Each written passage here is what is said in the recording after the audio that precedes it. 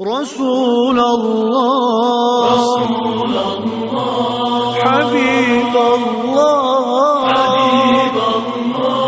نبي الله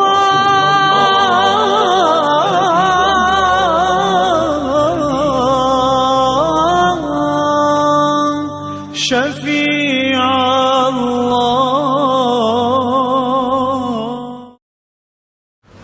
أعوذ بالله من الشيطان الرجيم. بسم الله الرحمن الرحيم. الحمد لله والصلاة والسلام على رسول الله وعلى آله وصحبه ومن والاه. أما بعد. Hürmetli qarindoshlar, biz bugungi suhbatimizni Payg'ambar alayhisolatu vasallamning Abi Hurayradan rivoyat qilingan muttafaqun alayh hadis bilan boshlaymiz. Val haya'u shu'batun min al-iman. Haya iymonning bir bo'ligi. Yana bir hadis İmam Hakim Abdullah ibn Umar'dan rivayet qilgan hadisda al-haya'u vel iman qurina jami'an. İman bilan haya ikkisi bir jup. Fa iza rufi'a ahaduhuma rufi'a al-akhar. Birisi yo'qsa, yana birisi billa yo'qaydi. Bugun bizning ibbamoqchi bo'lgan suhbatimizningki mazmuni yuqorqi ikki hadisdan ilinadigan haya. Payg'ambar alayhissalatu vasallam chumpardilik qizdinmi bekroq hayolik edi. Biz bugungi suhbatimizda Alloh subhanahu va taolodan haqiqiy ravishda qanday hayo qilamiz? Payg'ambar alayhissalatu vasallam bizga qilgan shu tavsiyalarininki hayotimizda amillishini qanday qo'lga keltiramiz? Bu haqda so'zlaymiz. Payg'ambar alayhissalatu vasallamning Abdullah ibn Mas'uddan rivoyat qilingan İmam Ahmad, Tirmizi, Hakim, Bayhaqi qatorliq muhaddislar o'zining kitobida xotirlagan bir hadisda Payg'ambar alayhissalatu vasallam sahobalarga shunda tavsiya qildi. Sizlar Allohdan haqiqiy ravishda hayo qilinglar. Sahobalar dediki, ya Rasululloh, alhamdulillah biz Allohdan hayo qilamiz. Rasululloh, u men davatgan, men ko'zlagan hayo emas. Allohdan haqiqiy hayo qilish. Bu nuqtaga diqqat qilinglar. Haqiqiy hayo qilish kallanga kelgan o'y, fikr, xotirlargacha muhofazat qilish. Buni o'z had hududida cheklash. Yemak, ichmakingga diqqat qilish. Val batma va ma hawa. Ya'ni yemak, ichmakingni pokiz, to'g'ri, halol shaklda bo'lishiga kafolatlik qilish. Ölümni ve ölgenden keyinki çiriydigan, beden çiriydigan, yani sen bu dünyada mengü tumaydigan bir haletini esleş. Kimki ahiretini irade kılsa, dünyanın ziynetini taşlaydı. Yani yukarıki tavsiyedeki işlerin cayida kılsa, Allah subhanahu wa ta'ala'nın hakiki ravishda haya qilgan buludu degan bir hadisda Peygamber aleyhissalatu vesselam sahabalarga haya haqqida alohida tavsiya berdi. Endi biz yuqorqi hadisni qisqacha tarjima shaklida sizlarga dedim. Hadisdagi haya hukmini qanday tushunamiz? Biz haya hukmi bilan bizdagi psixik ojizlikni aralashtirib o'tmasligimiz kerak, ya'ni farqlantirishimiz kerak. Yani köpünçülerimizin nazarında haya dese bizdeki psixik bir acizlik oludu. Yani ruhi acizlik. Yani üzerinden hakkını aladığı orunda dadil gep kılanmaydıgan. Merdanilerce bazı kökrek kirip oturuğa çıkanmaydıgan hicil olup. Hak, nahak meselesinde hak tarafta dadil turanmaydıgan mandaq bir ahvolni diyemmedim, itanmedim, qılanmedim, deydisem hicil oldum degan bahanalar bilan buni haya degan atalgı ichiga kirgizib olamiz. Bunun o'zi xatolik. Bular yuqorida tilga olganning hammasi insondagi ojizlik, ruhiy ojizlik. U haya emas. Bizning bugun ta'kidlamoqchi bo'lganimiz u emas. Ammo Allohdan haqiqiy haya qilish degan nima desa, Alloh rozi bo'lmaydigan ishni qilmaslik. İnsanın adimiligiga dez kettiradigan ishlarni qilmaslik. Adimiylikini kemaytiradigan, azlatadigan ishlarni qilmaslik. izzat sharafiga dog'iladigan ishlarni qilmaslik, mu'minga loyiq bo'lmagan ishlarni qilmaslik. Mana bu hayo. Mana bu hadisda ta'riflanayotgan iymon bu. Iymonning asosiy bir taraflari. Birov qo'ya uni, u degan hayo qilmaydi deb baho berilgan o'rinlar bo'ladi. Kitoblarda uchurtimiz bu yani onundan imanның inkari hisoblanadi. Yani onunda iman yo'q degandek bir ifoda. Chunki inson hayo qilmaganida undan keyin o'z chek chegarasidan, o'zining mas'uliyat, majburiyat doirasidan chiqib ketadi. Yani xulosalasak, hayo imanның asosiy taraflaridan birisi. Endi yuqorqi hadisda payg'ambar alayhisalom mushu hayo tavsiyasida ishlatgan bir ifodalari bor. Bunun içindeki birinci ifade en tahfazar ra'sa ve ma wa'a. Kallağını sakla devatıdı. Kallağına keladigan oy fikirlerini kontrol kıl devatıdı.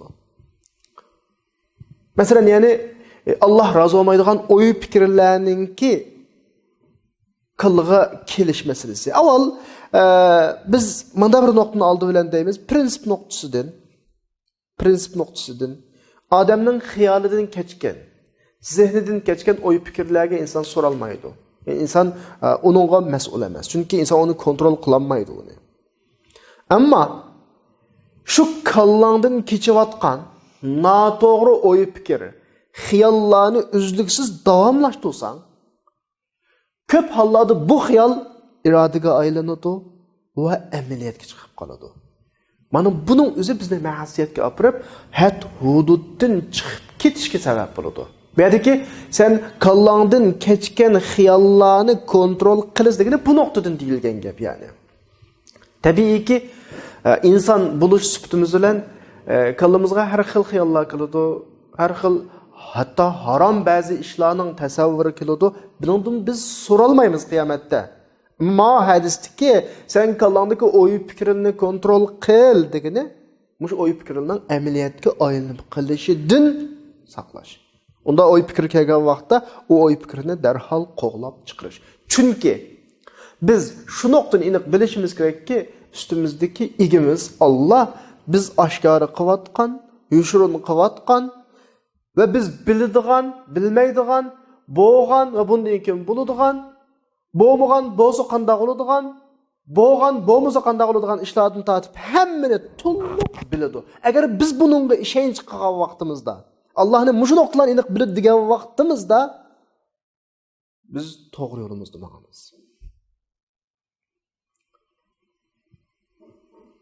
Masalan, atrof qarab boqaylik. İnsanlar qonunga shunchalik rioya qiladi. İnsanlarni qonunga rioya qiladigan qilayotgani nima o'zi? Bir odam qatnashilan yo'lga chiqqan vaqtda qoidaga rioya qilib, o'zining yo'lidan chetlamay mangdog'ini nima sabab? Ash inson aniq bilidiki, oldida qatnash saqchisi bor. Yo'llarga kamera o'rnatilgan. O shunda xiloflik qilsa, o'zining xiloflikning jazosini tortadiganligi, savol so'roqqa duch keladiganligini aniq biladi. Bu nuqtadan inson qonunga rioya qiladi. Agar mu'minda Allohga nisbatan mushu mashina bilan yo'lga chiqqan odam, qatnashgan yo'lga chiqqan odam oldidagi o'zini kuzatayotgan apparatlarga ishonganchilik ishonish bo'lsa, qilgan jinoyatlarining o'ylagan o'y fikrlarininki savol so'rog'ining Allohning oldiga tashlanadiganligiga nisbatan ishonch bo'lsa, inson hargiz xatolashmaydi. Ayni shu shopirga o'xshash. Alloh subhanahu va taolo o'zining kuchini bizga ifodalab, Sura Talaqning 12-oyatida Allohullazi xalaqa sab'a samawat va minal ardi mislahunna yatanazzalul amru baynahunna لتعلموا أن الله على كل شيء قدير وأن الله أحاط بكل شيء علما. Allah yetti asman ziminni yarattı. İşler şunu oturdu burada. Allah'ın buyruğu şunu oturdu, icra kılındı. Sen şunu bilişin gerek ki Allah her nersege kadir. Allah her nersini biliyordu. Qaranglar, ma ayette Allah subhanahu wa taala özünün iki sıfatını bizge Allah'ı eskertiyatdı. Birisi Allah'ın her nersini bildiği Allah'ı. Yana birisi har narsa kuchi yetadiganligi. Ya'ni bu demakki, sening qilgan har bir ishlaring oshkor yushurun, o'ylagan har bir o'y xiyollaringdan tortib hammani Alloh biladi va buning jazosini sana beradi. İnsan o'zimizga qarab boqaylik atrofimizga. Bayatın olgan misolimdagidek bir oldida qatnash saqchisi borligini bilgan odam yo'ldan chiqmaydi. Sen o'zingdan kuchli bir odamning qishida uning chishig'i tegadigan ishni qilmaysan. Chunki uning chishig'i tegib ranjitib qo'ysang, o'zingning qaysi kunga qoldiganligingni, o odamdan nimalarga uchraydiganligingni bilsa, o'zingning haddini bilsa. Demek bu bir xulosalasak, inson Allohning o'zi bilan birga ekanligini, o'zining nima ish qildi, nimani o'yladi, buni bilib turadiganligiga haqiqiy ravishda ishongan vaqtida Allohdan haqiqiy ravishda tayoq qiladi. Xuddi bizning ishimizni ko'rib qolsa, biz xijil bo'lgan kishining qishida qat'iy o xijil bo'ladigan ishlarni qilmaganimizdek, Alloh bizni har doim ko'rib turdi-ya. Biz şunun haqiqiy ishonsak, mayli odam boya yoki yo'q ya, yolg'iz yoki oshkor holatlarda olsun, Allohga to'g'ri kelmaydigan, Alloh rozi bo'lmaydigan ishlarga asla yaqin yo'lamaymiz. Mana bu aloqa hadisdagi, bayatdan hadisdagi an tahfazar ra'sa va ma wa'a degan tavsiyaning ma'nosi bu. Ya'ni haqiqiy Allohdan haqiqiy shaklda hayo qilish degan nima desa, sening boshqa amaliyat bir tariqa avla rioya qilinish kerak. Hatto kallanga, zihniyatingga kelib kechadigan o'y fikr-ga diqqat qilishing kerak. Yani alayda askartib qo'yishib tegishlik takror shaklda o'y fikrlarga inson suralmasimi, o'y fikrlarni davomlashtirish, buning natijasida amaliy ishqa aylanib qilishdan saqlanish kerak ba'zi noto'g'ri bo'lgan o'y fikrlarninki. Andan hadisni yana davomlashtiraylik. Shu bayatning hadisning oxirida val batna va ma hawa. Sen qusug'ingni saqlash kerak edi. Hadisning o'zining labzining tarjimasi sen qusug'ingni saqlash kerak. Ya'ni bu demak nima desa, haromdan saqlanish kerak. Bir pul tamoqni oshxonaga kirib, halol harom pulga sotib olding, tamoq o'zi asli halol bo'lgan bilan sening sotib olganing harom bo'ladi. Chunki sen uning pulisini haromdan berding.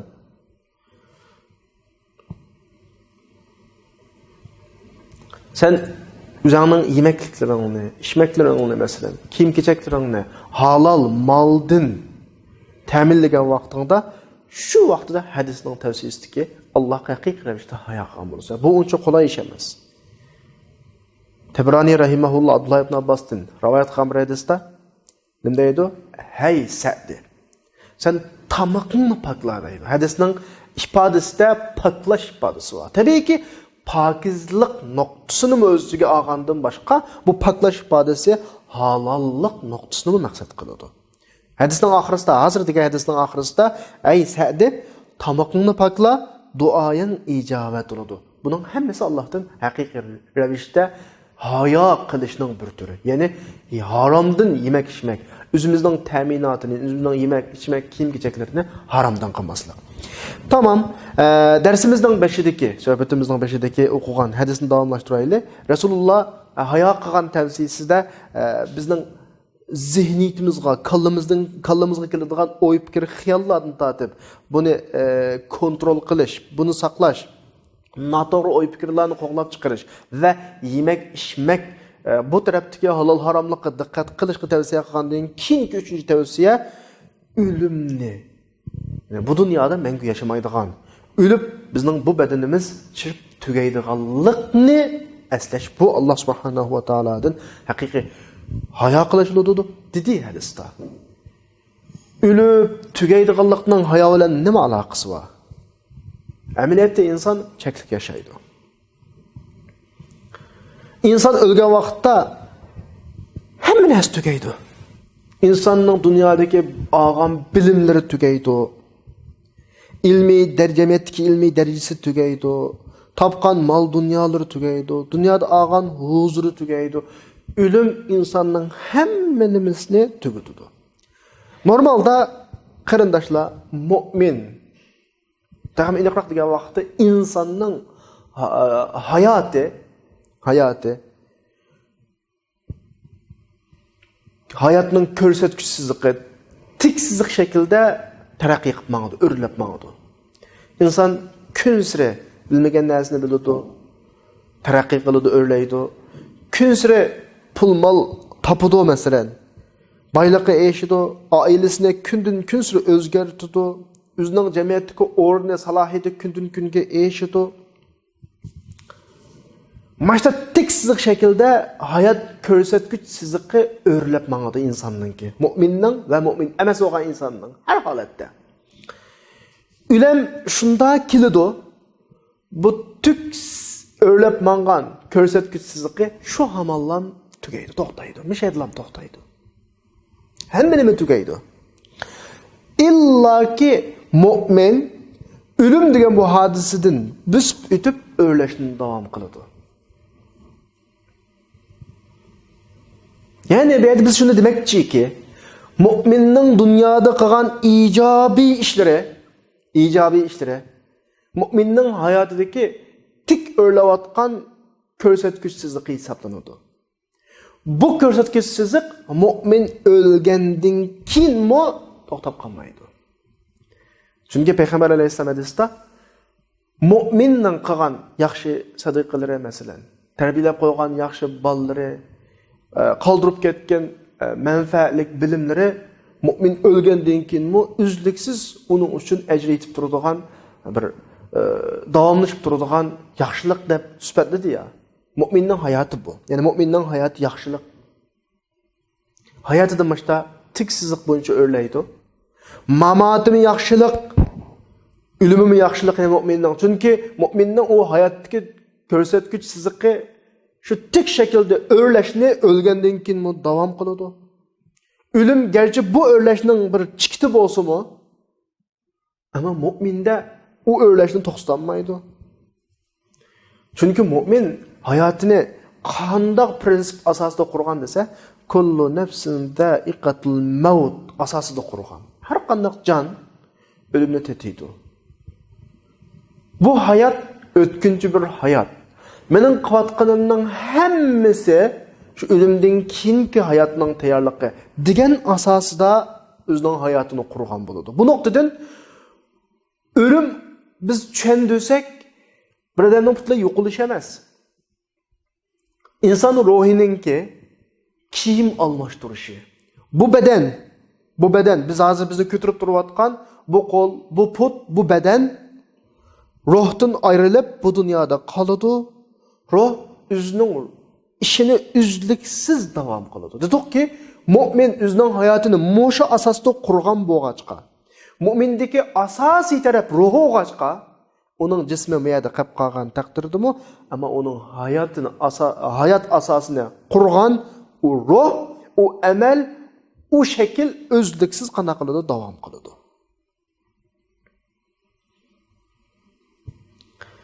Dal bizningki İslam bizni talab qiladigan, bizning ahamiyat beradigan nuqtamiz bu. Yani insonning bu darajaga yetishi. Ya'ni o'lim inson hayotdagi bir nuqta olmaslik, bir chikta olmaslik. İnsonning o'limning oldidagi hayot bilan o'limdan keyingi hayotining farqi olmaslik kerak yani. İnson hayotini uzluksiz davom qila oladigan bir holatda qurish kerak. Chunki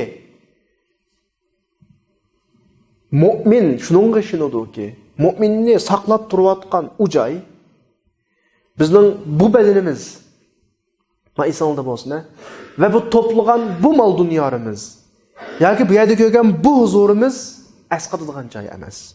Sura Shu'araninki 88-89-oyatida Alloh subhanahu va taolo yawma la yanfa'u malun va la banun illa man atalloha biqalbin salim.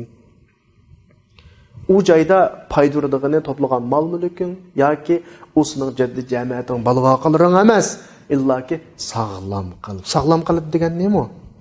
Allohning vahiysi bilan zid keladigan ishlarni aslo qabul qilmaydigan, Allohning g'ayriga aslo ibodat qilmaydigan bir qalb. Mu'minning hayoti bu.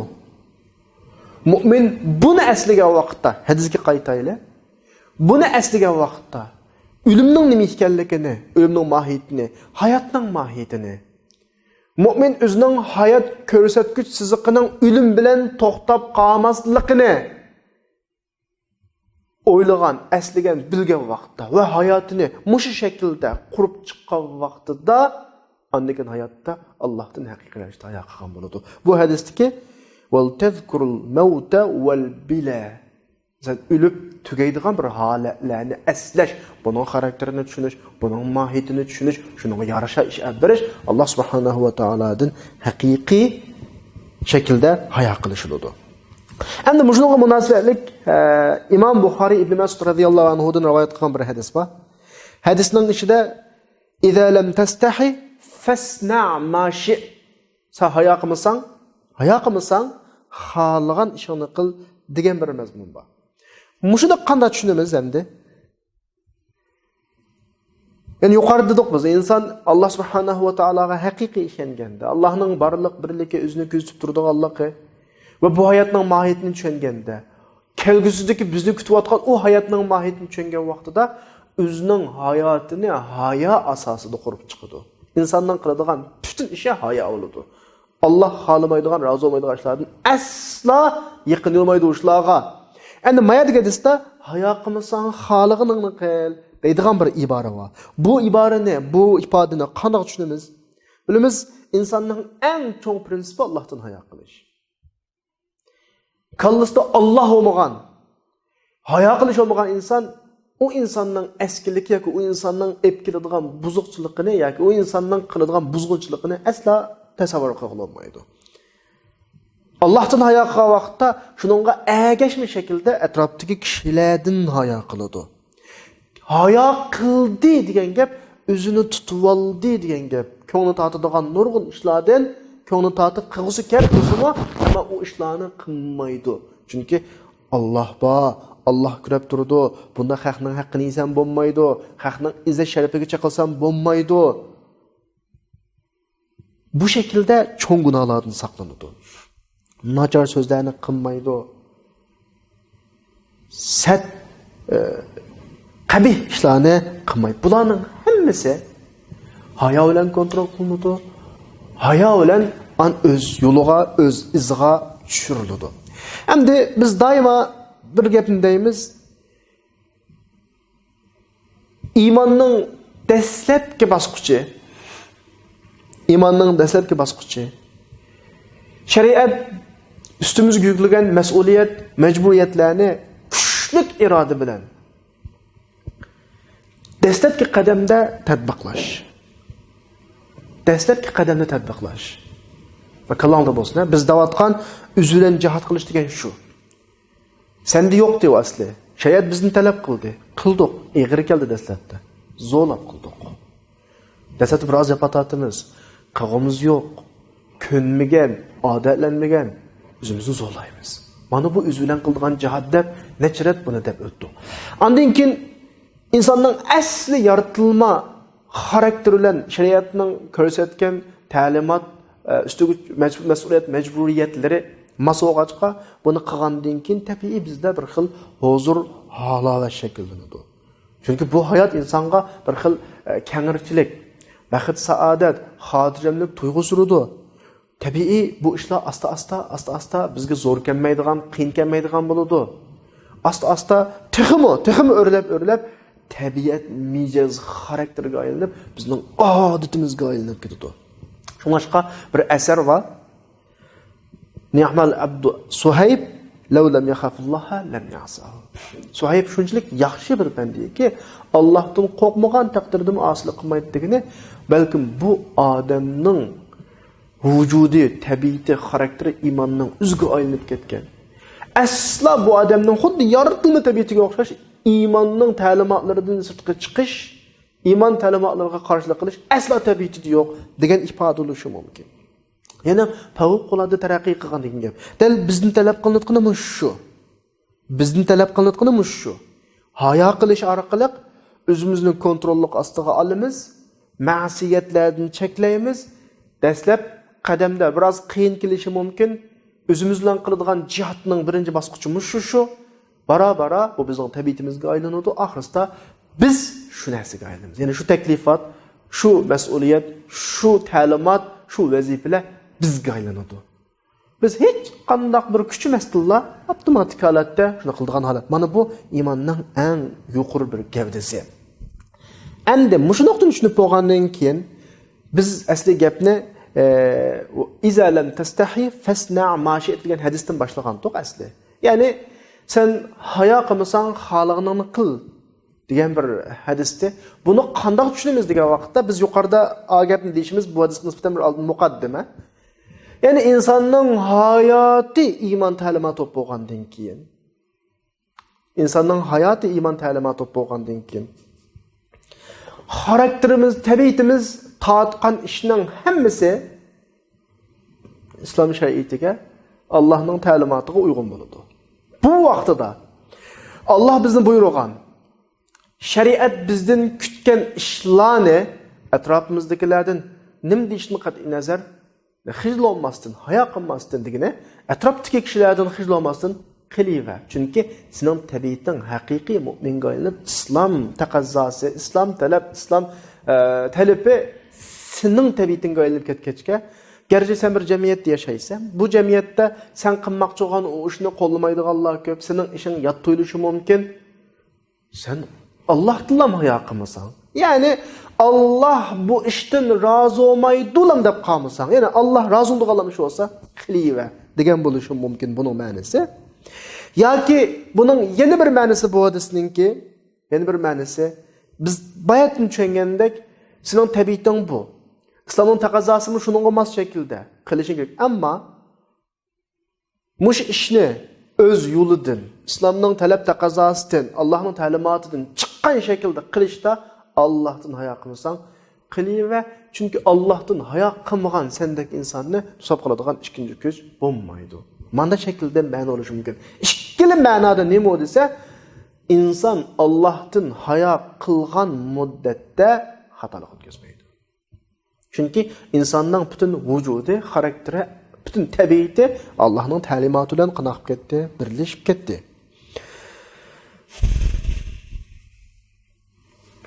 Endi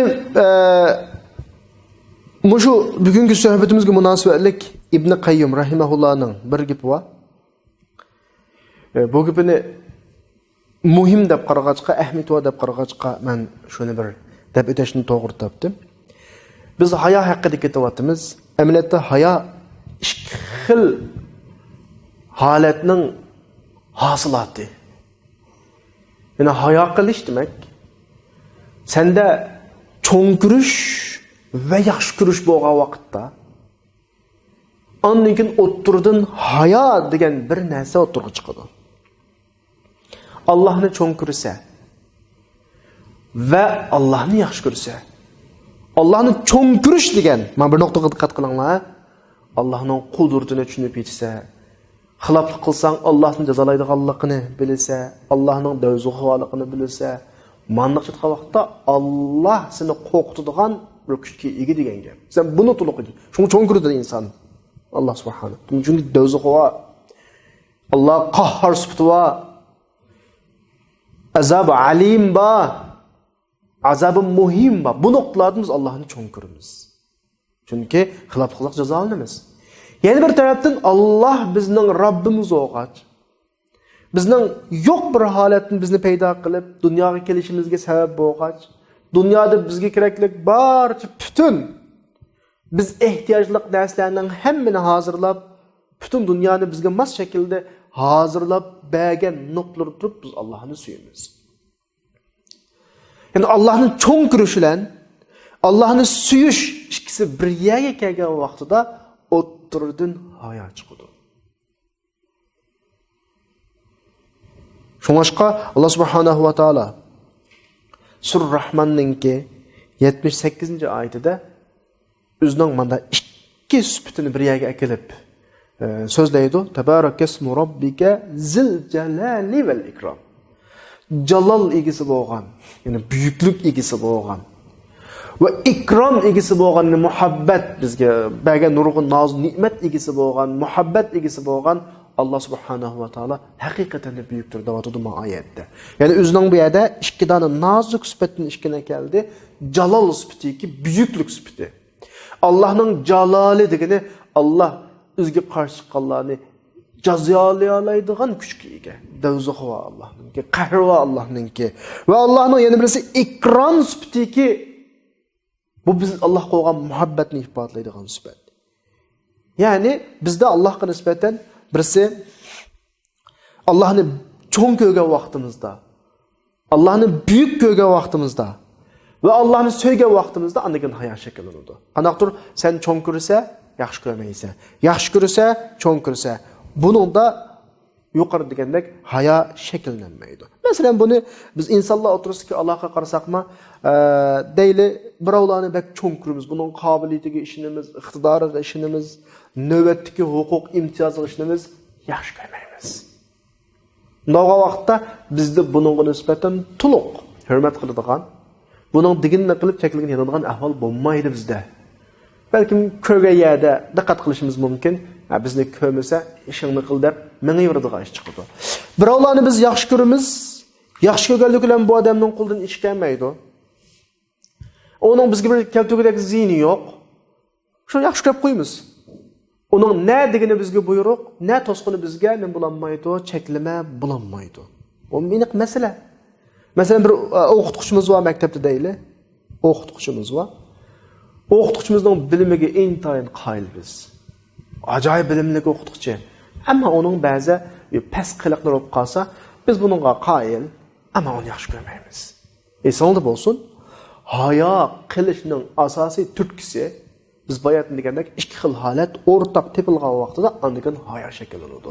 Ya'ni uningda jalol tepilgan vaqtda, o bizning ko'zimizda büyügen vaqtida, uning qahriga ishongan vaqtimizda, kuchiga ishongan vaqtimizda uni cho'ng ko'ramiz, qo'rqimiz va uning bizga qilgan ikromlari, ne'matlari, nozul ne'matlari bilan biz uni yaxshi ko'rgan vaqtida uni rozi qilishga intilamiz. Shuning bilan bu xil ta'zim, buyuklash, cho'ng ko'rish bilan bu xil muhabbatning o'ttiridan hayo qilish chiqadi.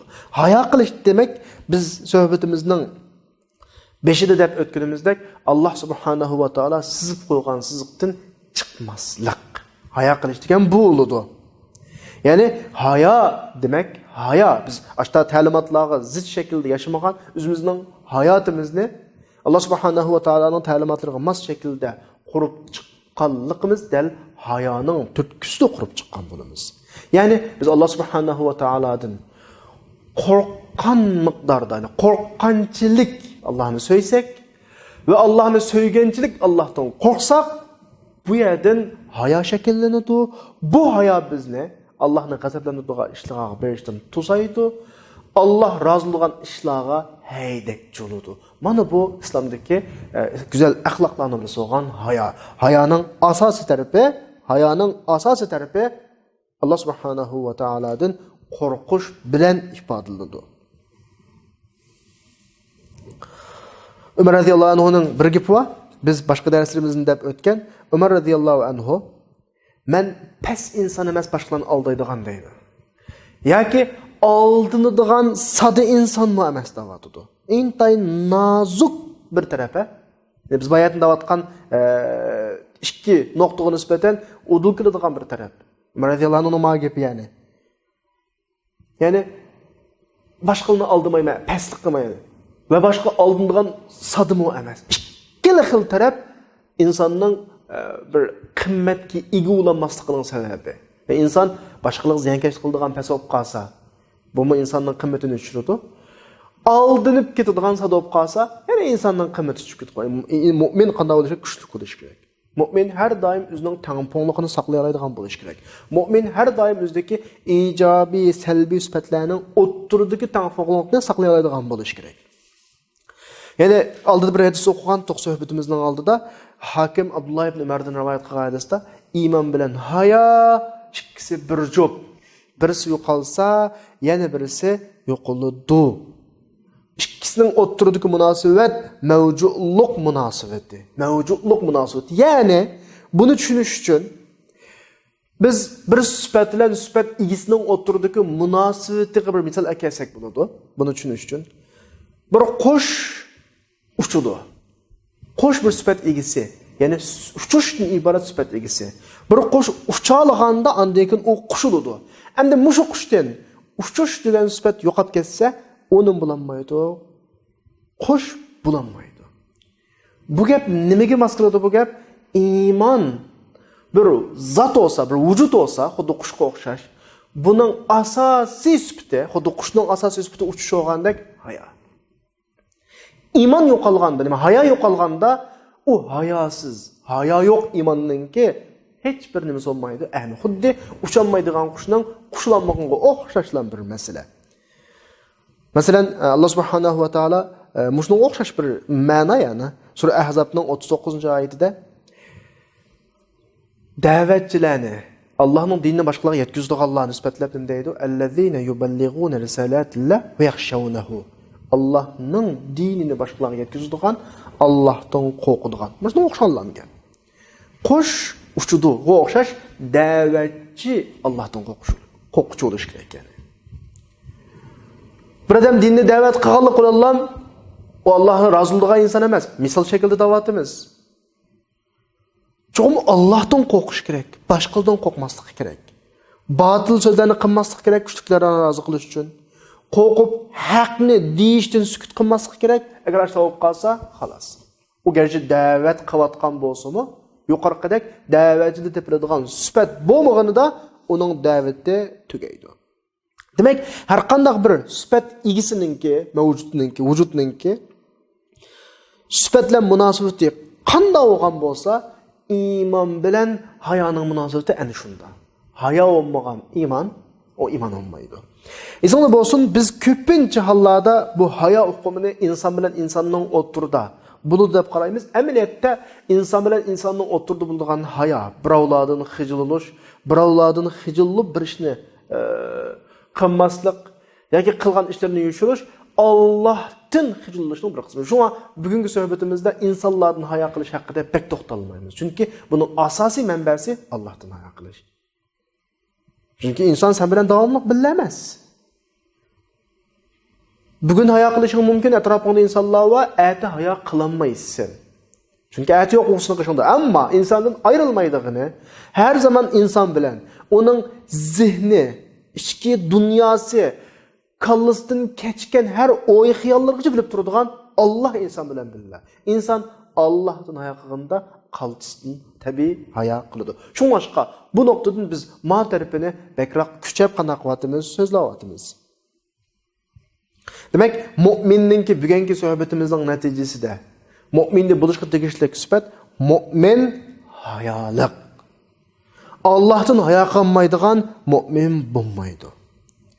Masalan, insonlar va dapshoq masalan yuzi qilin deb qo'yamiz. Bizang tillar intayin ig'ir so'zlarni qiloladi, odamning aqli sig'moqdek qilam. Ammo bugungi suhbatimizning chiqqan natijasi nima? Mu'minda bir qoida zotiya bor. Ya'ni mu'minning o'zini kontrol qilib turadigan bir mu'minning qoidasi bor. Bir prinsip bor mu'minda.